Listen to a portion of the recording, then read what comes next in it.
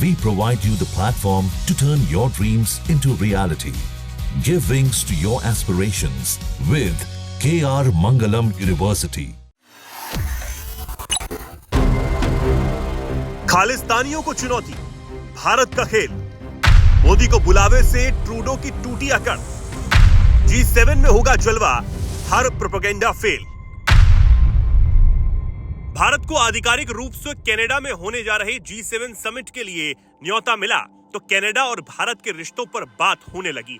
Canada में पिछली Trudeau सरकार में जो खटास दोनों देशों के बीच आई, वो क्या अब खत्म हो जाएगी? ये सवाल तो बना ही हुआ है, लेकिन पीएम मोदी की यात्रा खालिस्तानियों को एक खुली चुनौती से कम नहीं है। करीब 10 सालों बाद कनाडा जा रहे मोदी की इस यात्रा पर सबकी नजरें हैं। इससे पहले वो अप्रैल 2015 में कनाडा गए थे। उस समय स्टीफन हार्पर कनाडा के प्रधानमंत्री थे। दोनों देशों के बीच रिश्ते 2023 में खालिस्तानी आतंकवादी हरदीप सिंह निज्जर की हत्या के बाद खराब होते नजर आए। जस्टिन ट्रूडो के खालिस्तानियों को खुश करने वाले झूठे एजेंडे ने भारत और कनाडा के रिश्तों को खराब करने का काम किया। भारत पर बेबुनियाद और झूठे आरोपों को लगाकर ट्रूडो खुद ही फंसते हुए नजर आए और उन्हें उन्हीं की पार्टी में विरोध का सामना भी करना पड़ा।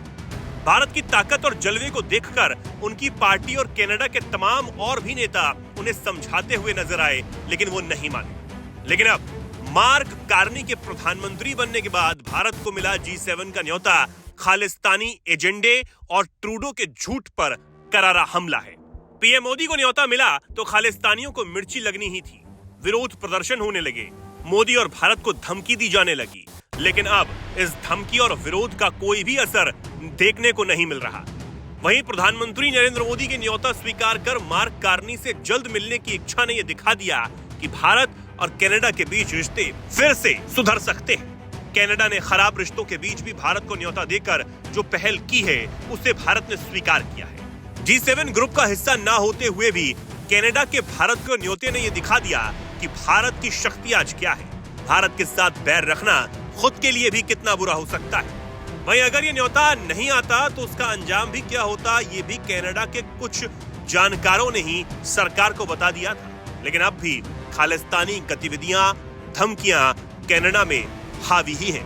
इस सब के अलावा कनाडा में भारतीयों की संख्या ये दिखाती है कि दोनों देशों के बीच रिश्ते अच्छे होना कितना जरूरी है।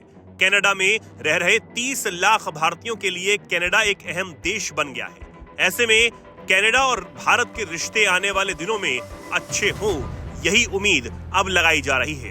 लेकिन कनाडा को भी ये याद रखना होगा कि सिर्फ G7 समिट में भारत को बुला लेने से ही सब कुछ ठीक नहीं होगा।